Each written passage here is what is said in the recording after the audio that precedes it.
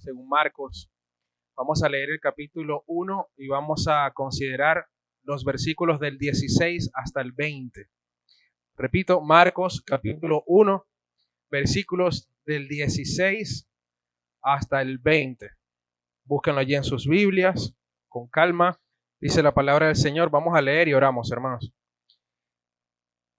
Mientras caminaba junto al mar de Galilea, vio a Simón y a Andrés, hermano de Simón, echando una red en el mar porque eran pescadores. Y Jesús les dijo: vengan conmigo, y yo haré que ustedes sean pescadores de hombres. Dejando al instante las redes, ellos lo siguieron. Yendo un poco más adelante, Jesús vio a Jacobo, el hijo de Zebedeo, y a su hermano Juan, los cuales estaban también en la barca remendando las redes.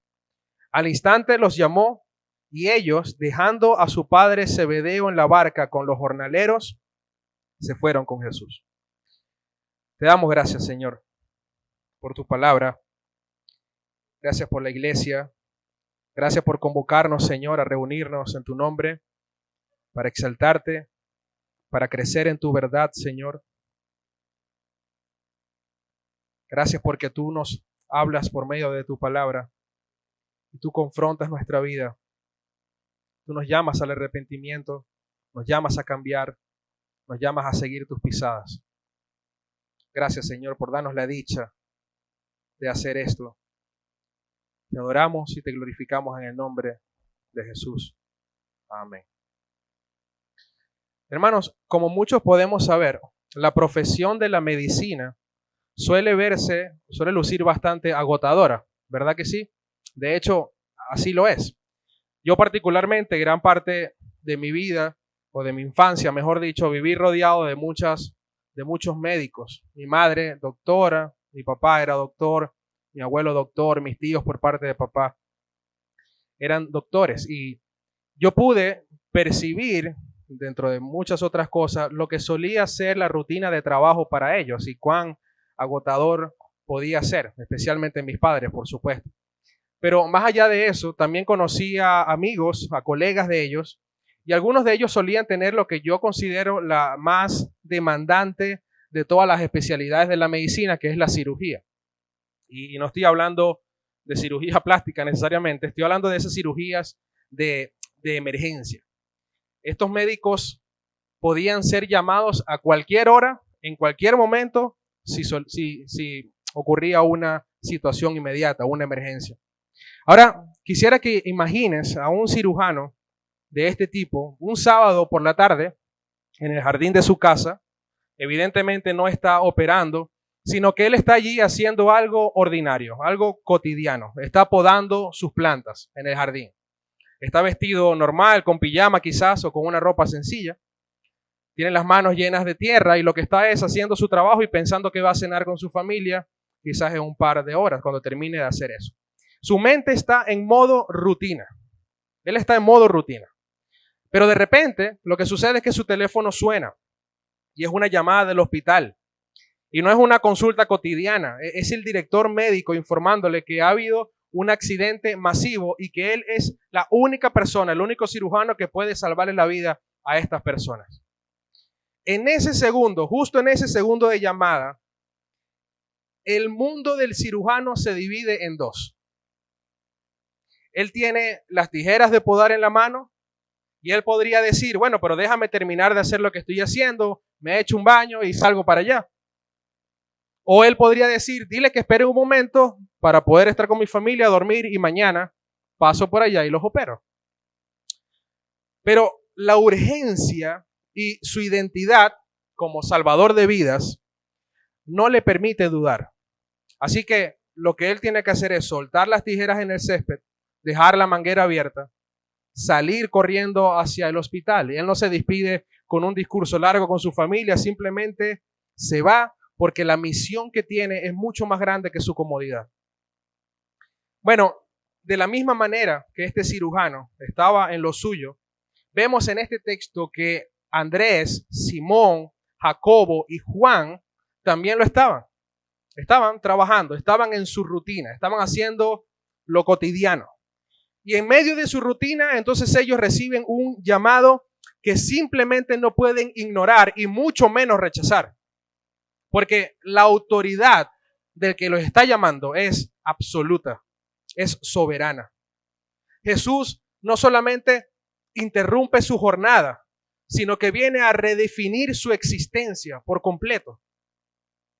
Al igual que el cirujano deja las tijeras de podar porque él recuerda quién es realmente, estos pescadores entonces también sueltan sus redes porque han encontrado a aquel que les da un nuevo nombre y un nuevo propósito de vida, ser pescadores de hombres. Estos hombres que pescaban peces todos los días de su vida, ahora están siendo llamados por el Rey de Reyes, por el Señor de Señores, por el Dios encarnado, para ser pescadores de almas, de hombres, para la gloria de Dios. Y de la misma manera, ese mismo Rey dejó una misión para todos nosotros, que era lo que leía el pastor Julián en la liturgia al principio de la reunión. La gran comisión dice: vayan pues y hagan discípulos de todas las naciones, bautizándolos en el nombre del Padre y del Hijo y del Espíritu Santo, enseñándoles a guardar todo lo que les he mandado. Y recuerden, importante, yo estoy con ustedes todos los días hasta el fin del mundo. Hermano, quiero que tú y yo hoy, nosotros que somos la iglesia del Señor, tengamos algo en mente que es nuestro argumento el día de hoy. Nosotros, su iglesia, somos pescadores con una misión de impacto eterno. Y lo pueden tener allí en pantalla. Somos pescadores con una misión de impacto. Somos pescadores con una misión de impacto eterno. Y hoy vamos a ver dos escenas en una. Vamos a ver un mismo ambiente, pero vamos a ver dos situaciones. Vamos a ver un llamado, una respuesta y una implicación directa. Vamos a manejar entonces nuestro sermón con un bosquejo bien sencillo. Vamos a ver del versículo 16 al 18 un primer encuentro y del 18 al 20 vamos a ver un segundo encuentro. Dos situaciones en el mismo ambiente, con pequeñas diferencias que ya la vamos a ver. Así que veamos el primer encuentro. Vamos al versículo 16. Dice que mientras caminaba junto al mar de Galilea, vio a Simón y a Andrés, hermano de Simón, echando una red en el mar porque eran pescadores. Como notamos, hermanos, Marcos nos cambia la escena de su historia desde el momento en que Jesús estaba predicando el mensaje del evangelio. Recuerdan, la semana pasada Jesús apareció y decía: el tiempo se ha cumplido, el reino de Dios se ha acercado, y hace un llamado directo: arrepiéntanse y crean en el evangelio. Tangente, claro, preciso. Y ahora Marcos nos traslada a otro ambiente, pero en la misma región. Fíjense que en ese mismo texto que vimos la semana pasada nos daba la información de dónde estaba Jesús. Dice que Jesús vino a Galilea. Dice el verso 14 que después de que Juan había sido encarcelado, Jesús vino a Galilea. Y a pesar de ser una nueva escena, el día de hoy que nos muestra nuestro texto, vemos que Jesús camina en el mar ¿de dónde? De Galilea. Estaba en Galilea. Y este mar de Galilea también era conocido con otros nombres. Vemos en Números 34 que se le llamaba mar de Cineret. Vemos en Lucas 5 que se le llamaba el lago de Genesaret. Vemos en Juan capítulo 6 que se le llamaba el mar de Tiberías. Y este mar era famoso en la época por ser el lugar o un lugar donde abundaba la industria pesquera. Es decir, era un lugar de verdad muy, muy importante. Ahora bien, qué extraño lugar para buscar a hombres que puedan predicar el evangelio a todas las naciones. Jesús se va a un lugar común, corriente, para buscar hombres y colocarles una misión tan trascendental en la historia. Es extraño, porque en nuestra lógica humana nosotros podríamos pensar que si necesitamos a alguien para cumplir una labor tan importante como anunciar un mensaje tan poderoso, tan trascendental, seguramente nosotros no pensaríamos ir a un lugar como ese. Seguramente nosotros pensaríamos ir a un lugar como una universidad prestigiosa, a un lugar donde haya personas con una oratoria impecable, con un lenguaje importante, con conocimiento, para que puedan cumplir con esta labor. Pero nosotros vemos algo muy distinto aquí. Jesús siempre nos cambia el esquema. Jesús decidió ir a este lugar común. De hecho, muy poco común para lo que estaba buscando. Un lugar de mucho tránsito, agitado, con mucha bulla, maloliente, con una rutina poco complicada como para llamar a alguien que te preste atención. Cada quien está en lo suyo. Yo no sé si alguno ha tenido la oportunidad de estar en un lugar así, pero si lo han estado, seguramente pueden entender cómo es ese lugar. Yo he estado en el oriente del país y he visto, quizás en Margarita también, cómo ese es como un revuelo, es como bien caótico. Si podremos describirlo en una palabra, sería realmente caótico. Y ese fue el lugar que escogió entonces nuestro Señor para llamar a sus primeros discípulos. Y Jesús ya tenía claro lo que iba a hacer. Es decir, no fue un evento fortuito, no fue que el Señor, como si en ese momento a Jesús se le ocurrió caminar por allí y decir, bueno, yo como que voy a escoger a alguien para que haga esto, y vio a todo y dijo, bueno, déjame escoger a estos dos que están por allí. No, hermanos, cada paso del Señor, cada decisión del Señor es el plan de Dios eterno, pensado desde la eternidad pasada, puesto en acción. Cada paso, cada decisión está ya decidido por Dios. Ahora, el mar de Galilea, como información, tenía una longitud de aproximadamente 20 kilómetros de largo. Y como les dije, el Señor no pasaba por ahí de casualidad. Él sabía en toda esa longitud dónde exactamente conseguir a los hombres que él estaba buscando para esa misión tan importante. Él fue hasta allá, hasta donde ellos estaban, los vio y los llamó. Estos hombres conocían a Jesús, sabían de él. De hecho, Andrés acompañaba y seguía a Juan el Bautista en su ministerio. Pero una vez que él fue encarcelado, él siguió entonces con su rutina o su actividad de pesca. Siguieron con su vida, trabajando, buscando el sustento con lo que ellos más o mejor sabían hacer, pescar. Y el Señor entonces utilizó justamente eso que ellos más sabían hacer para que lo siguieran haciendo, pero ahora con una connotación gloriosa, eterna, con un impacto glorioso. Jesús fue hasta allá para encomendar esa misión. Y hermanos, qué interesante en este punto poder ver que fue o que haya sido el Señor Jesús el que fue hasta ellos. No sé si lo notaron, no fueron estos hombres a buscar a Jesús. Fue Jesús hasta allá a buscarlos, el que se acercó a ellos. Y hay mucha gloria, hermanos, en esta información. Hay una demostración de la gracia inmerecida de Dios y del plan de salvación en esta información que nos deja Marcos. Porque sabes que eso es exactamente lo que hizo Jesús contigo y conmigo. Exactamente lo mismo. Ninguno de los creyentes que estamos aquí, hermanos, fuimos capaces de acercarnos a Jesús. ¿Alguno de nosotros podría decir, sí, yo decidí y me acerqué a buscarlo? Ninguno de nosotros fuimos capaces de buscar a Dios, de buscar seguir sus caminos, porque estábamos sumergidos en nuestra maldad y en nuestros pecados. Fue Él el que intervino. Fue Dios. Él fue el que tomó la iniciativa para reconciliarnos con Él cuando estábamos en nuestros delitos y pecados condenados a una eternidad en el infierno. Qué interesante pensar que en este mundo, hermanos, si nosotros queremos aprender algo, nosotros buscamos intencionalmente a alguien que nos enseñe eso, por lógica, ¿verdad que sí? Si nosotros queremos aprender matemáticas o física, vamos a buscar seguramente un profesor de matemáticas o de física que nos enseñe. Si queremos aprender inglés, buscamos a un profesor de inglés que nos enseñe. Si queremos aprender una arte marcial, buscamos a un sensei que nos enseñe. Es algo lógico. Y normalmente siempre damos en el clavo cuando buscamos justamente cosas como estas. Pero cuando hablamos de buscar nuestra salvación, parece que todo se pone de cabeza.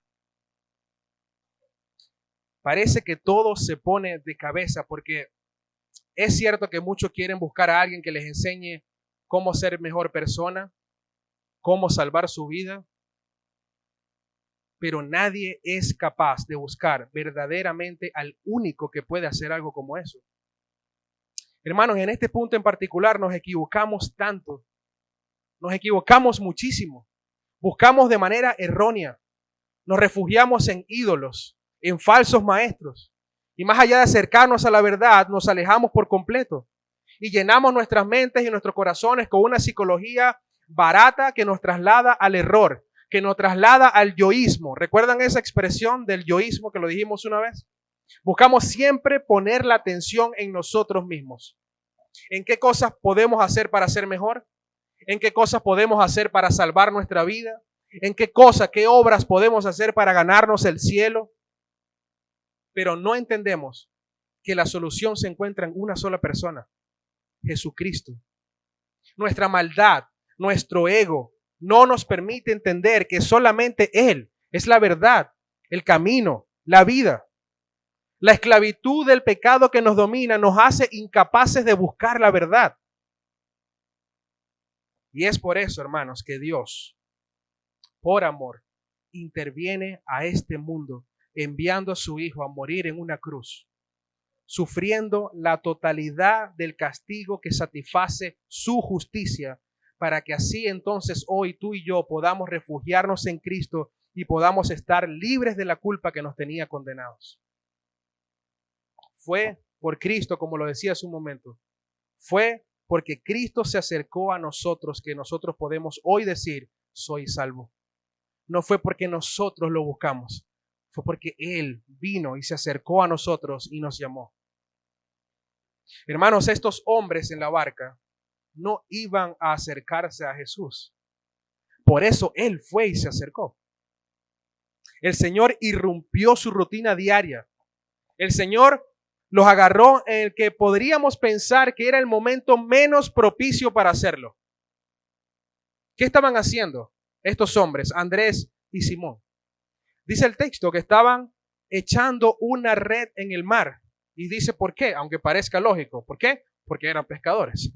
Estaban echando la red en el mar porque eran pescadores. Y con una autoridad absoluta, entonces viene Jesús y los llama diciendo, vengan conmigo.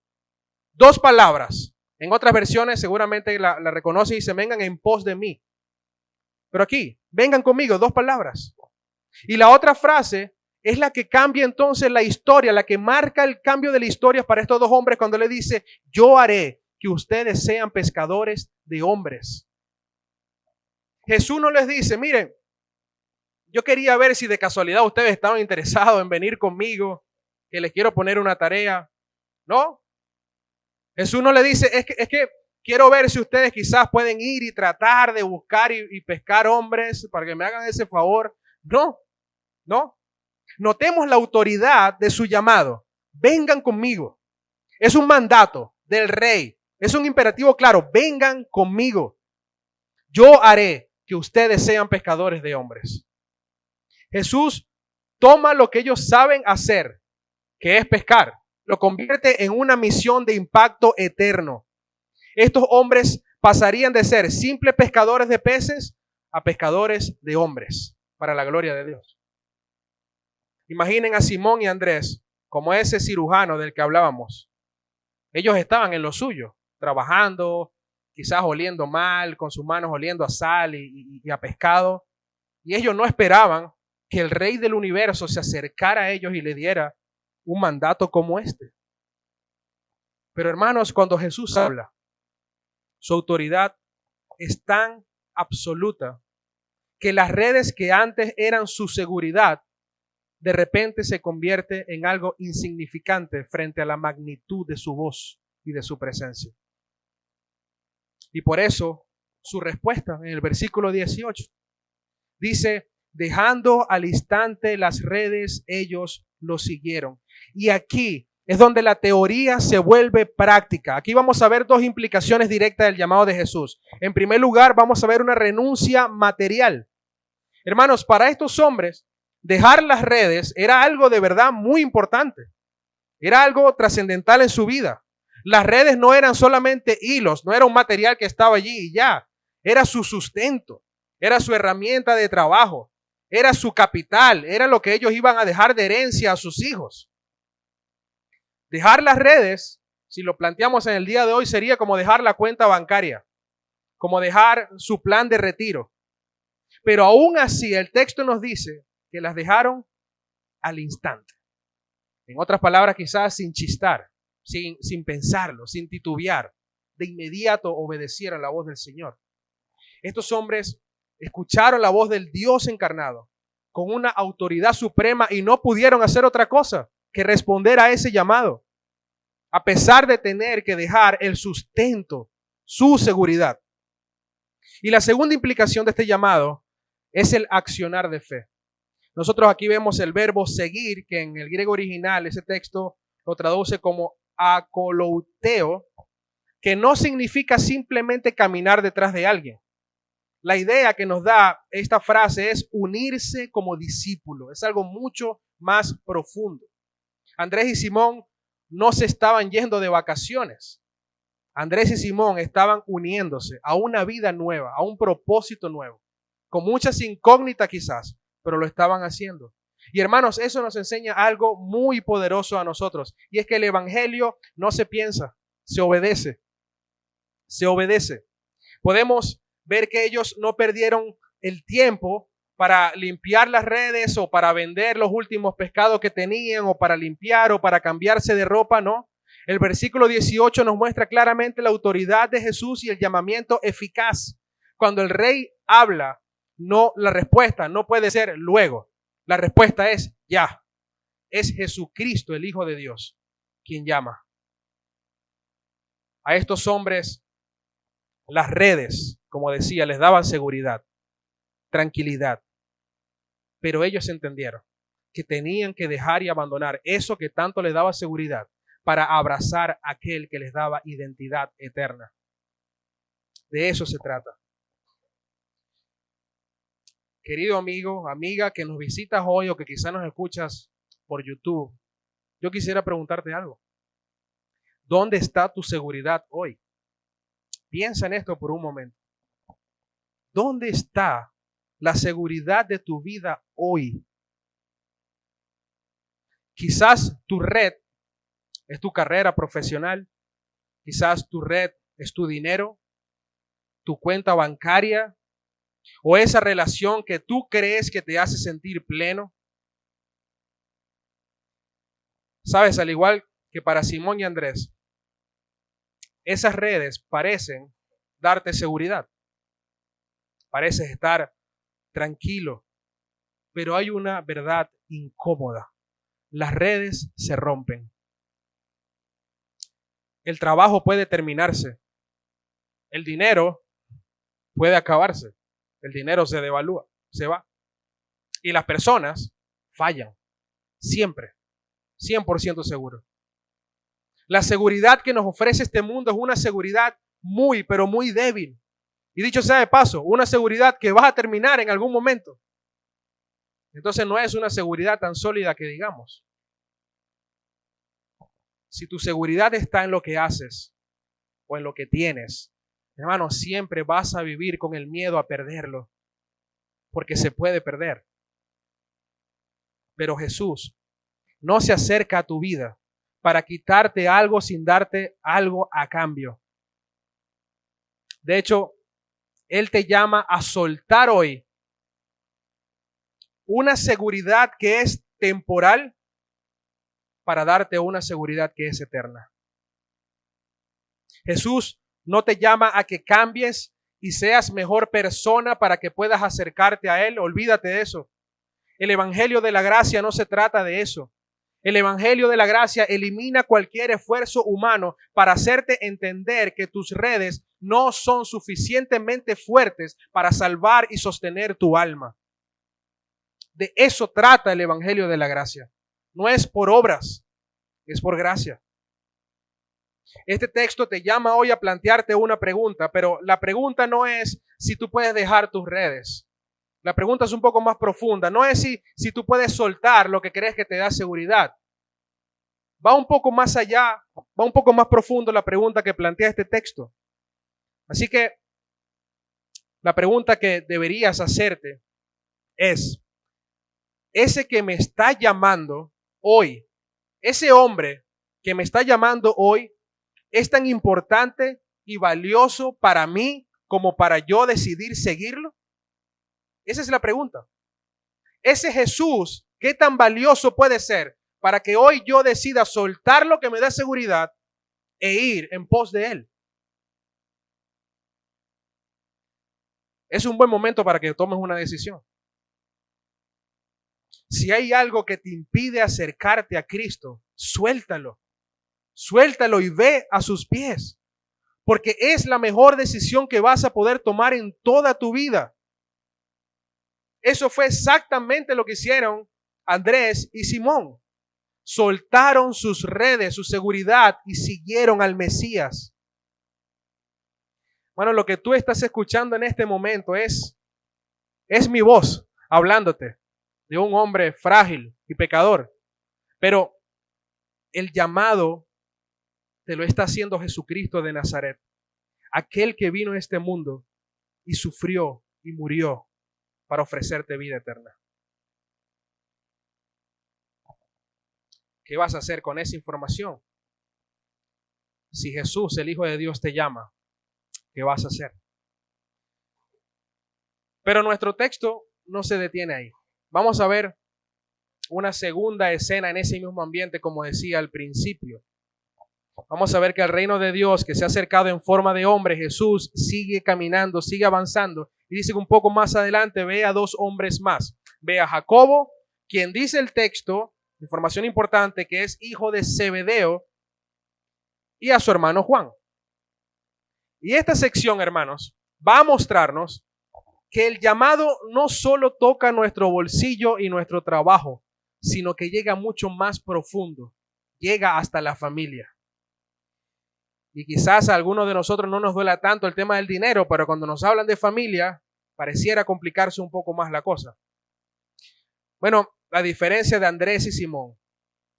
Estos dos hombres estaban haciendo otra cosa. Ellos estaban remendando las redes, dice el texto.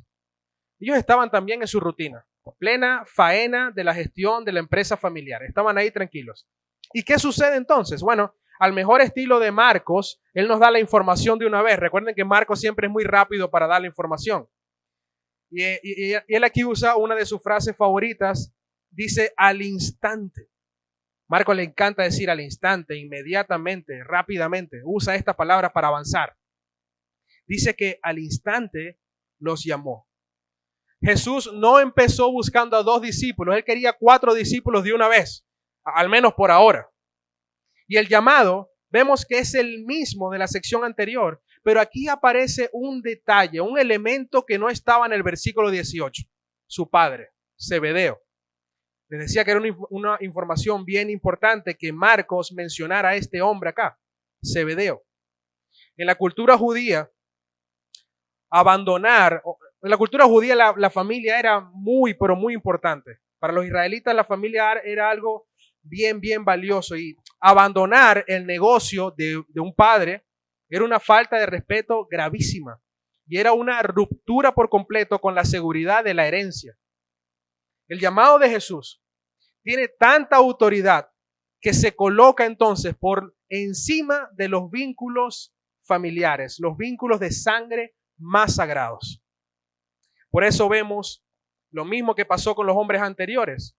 Jesús, al verlos allí, los llamó. ¿Y qué hicieron estos hombres? Dice el texto, dejando a su padre, Zebedeo, en la barca con los jornaleros, que también es información importante, ya lo vamos a hablar. Dejando a su padre, Zebedeo, en la barca con los jornaleros, se fueron con Jesús. Estos hombres, hermanos, estaban dejando atrás una vida seguramente bien acomodada. Que Marcos mencione que había jornaleros, que había empleados, no es de casualidad. Cada detalle del texto importa. Que estos hombres tuvieran jornaleros nos da una información muy importante, y esto indica que el negocio familiar de pesca de esta familia, valga la redundancia, era próspero. Necesitaban empleados, es decir, que pescaban mucho, que vendían mucho, necesitaban hombres que lo ayudaran. Tener empleados se traducía en que el negocio tenía una demanda y necesitaba por eso entonces mano obrera para trabajar. Y al bajar de entonces de la barca y dejar a su padre Zebedeo, Jacobo y Juan estaban entonces rompiendo con la expectativa segura sobre sus vidas. Pero hermanos, ellos entendieron que el llamado de Jesús es tan absoluto que si es necesario, debe pasar por encima incluso de los vínculos más cercanos, más profundos. Ellos tampoco se detuvieron a decirle a Jesús, bueno, ya va, Señor, dame un momento para terminar de remendar las redes, para hablar con mi papá, toda la logística, ya que me voy contigo. No nos menciona eso el texto. La respuesta es inmediata. No había tiempo que perder. El rey estaba haciendo un llamado que era irresistible. Y si Simón y Andrés eran como ese cirujano del que mencionábamos, Jacobo y Juan también son como esos cirujanos que al sonar el teléfono tienen que levantarse de la mesa de una cena familiar, quizás donde comparte, donde están discutiendo asuntos familiares importantes. Y hermanos, no se trata de que ellos no amen a su familia. Es que la voz del que los llama del hospital tiene una urgencia que simplemente no puede esperar. No puede esperar. Jesús no viene a dividir a familias por capricho o por maldad, sino que viene a establecer una prioridad. Su reino está por encima de cualquier apellido. Él es la prioridad y de eso se trata. Él es primero. Ahora de nuevo te pregunto, ¿dónde está tu seguridad? Quizás hoy tu obstáculo no es el dinero. Quizás tu obstáculo hoy es el miedo al conflicto familiar.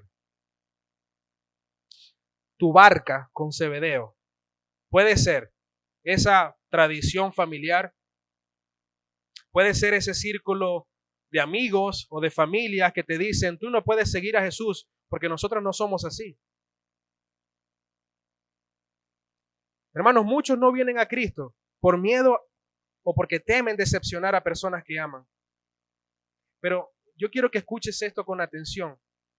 Poner por encima o poner a Jesús por encima de tu familia no es odiar a los tuyos, es amarlos de la forma correcta. Solo cuando Cristo es tu prioridad, puedes amar a los demás con un amor verdadero. Un amor que no es egoísta, un amor que no es dependiente. Cristo es la prioridad de tu vida. Cristo debe ser la prioridad de tu vida para que entonces tú puedas amar a tu mamá, a tu papá, a tu familia, como tienes que hacerlo. Es más que seguro que estos hombres no dejaron desamparado a su padre. Esto es seguro, porque si no estarían rompiendo con el mandamiento de honra a tu padre y a tu madre. Pero lo que sí hicieron fue dejarlo atrás, fue dejar de ponerlo como prioridad en su vida. El llamado de Jesús significa que su aprobación importa muchísimo más que la aprobación de cualquier ser humano, incluso de tu familia. No esperes que tu entorno esté de acuerdo, te dé permiso para seguir a Jesús. No esperes esto. Él no llamó a la familia de Zebedeo en grupo. Jesús se acercó a Jacobo y a Juan específicamente y los llamó a ellos dos, no al grupo familiar. Hoy te llama a ti, individualmente. ¿Qué vas a hacer? Jesús te llama a ti, individualmente. Y puede que tu familia te diga, pero no, es que nosotros, como dije, no somos así. Eso de la religión, del fanatismo. Cuidado con lo que haces. Hermano, el Rey de Reyes te está llamando hoy. ¿Qué vas a hacer con eso? Y a ti, iglesia, que ya conoces al Señor, este texto nos confronta con una pregunta muy incómoda. ¿Te has vuelto a sentar en la barca? Pregúntate esto. ¿Te has vuelto a sentar en la barca? Saben, hermanos, es muy común que los cristianos comencemos y vivamos nuestro primer amor en el Señor de una manera bien apasionada, dejando nuestras redes con alegría para seguir a Jesús. Pero con el pasar de los años, pareciera que empezamos a juntar las redes otra vez. Buscamos seguridad en el sistema del mundo. Buscamos la aprobación de los hombres. Nos acomodamos en tratar de vivir una tradición religiosa. Y olvidamos que el llamado al discipulado es un llamado a caminar, no a sentarse. no a ir hacia atrás, a caminar hacia adelante en pos del Señor. Si el Señor nos ha llamado, lo ha hecho con un propósito: seguirle, amarlo, obedecerle, glorificarlo en todo. Pero recuerden que nosotros, hermanos, éramos esos pescadores. Nosotros estábamos en nuestra rutina cuando el Señor nos llamó. Estábamos haciendo cualquier cosa, pero lo que sí era seguro es que estábamos muertos en nuestros delitos y en nuestros pecados. Estábamos muertos. Y nuestro Señor Jesús irrumpió de manera soberana para entonces hoy llamarnos a ser pescadores, pero pescadores de hombres, de almas. Saben, a menudo nos sentimos cómodos en cómo estamos. Bueno, el Señor me llamó, es verdad, en algún momento, y ahora yo voy a la iglesia y me congrego y alabo con mis hermanos y escucho y aprendo de la palabra y listo, sigo con mi vida. Pero hermanos, el cristianismo no se trata de eso, o no se trata solamente de eso. Alguien decía en uno de sus comentarios de este texto lo siguiente, escuchen: a menudo confundimos ser iglesia con mantener la barca. Nos enfocamos en que las redes estén limpias, que la madera esté barnizada y que todos estemos cómodos a bordo. Pero Jesús no llamó a estos hombres para que se volvieran expertos en barcas, sino para que fueran pescadores y pescadores de hombres. Hermano, ¿cuándo fue la última vez que tú le hablaste a alguien acerca de Jesús? Piénsalo por un momento. ¿Cuándo fue la última vez que tú abriste tu boca para anunciar que el reino de Dios se ha acercado? ¿Cuándo fue la última vez que tú compartiste el glorioso mensaje de salvación? A eso es lo que tú y yo estamos llamados. Esa es nuestra misión. Preguntémonos, ¿cuándo fue la última vez que lo hice? ¿Estoy cumpliendo de verdad con la misión que me ha dejado el Señor? Imagínense, si el Señor hubiese llamado a estos hombres, se van y estos hombres nunca le hablan a nadie de Jesús. Jesús lo llamó con un propósito: ser pescadores de hombres. Eso es lo que tenían que hacer: mostrar el evangelio. Y hermanos, no estoy hablando aquí de invitar a alguien a la iglesia o de mandarle a alguien algún artículo cristiano y que, ay, miren lo que dice aquí, o hablarle de Dios de manera general y hablarle cosas bonitas. No me refiero a eso. Estoy hablando de nuestro entorno, de cómo nosotros mostramos a Cristo de verdad, verdad. Cómo confrontamos a las personas diciéndoles, ¿sabes qué? Sí, tú eres pecador, pero Cristo viene a ofrecerte. Nuestro campo de misión, hermanos, no es solamente aquí en la iglesia los domingos, con las personas que vienen y nos visitan, que dicho sea de paso, probablemente incluso a esa misma persona nunca tampoco le compartimos el mensaje del evangelio. Nos conformamos quizás con lo que el pastor dice y ya. Y esto lo vemos mucho.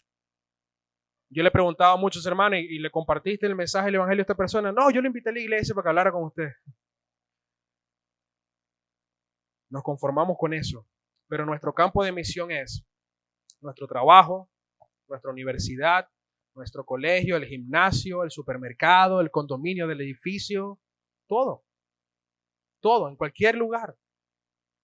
Si realmente creemos que nuestra misión tiene un impacto eterno, hermanos, nuestra vida diaria debe reflejar eso. Debemos evangelizar. Y sin frustrarnos al ver que no pecamos nada, porque esto también nos desanima. Donde evangelizamos y vemos que nadie acepta el llamado.